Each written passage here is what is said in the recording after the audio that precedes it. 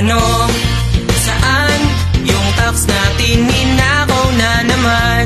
Minsan, mga kurap na sa paligid lang. Ang buhay ay ganyan.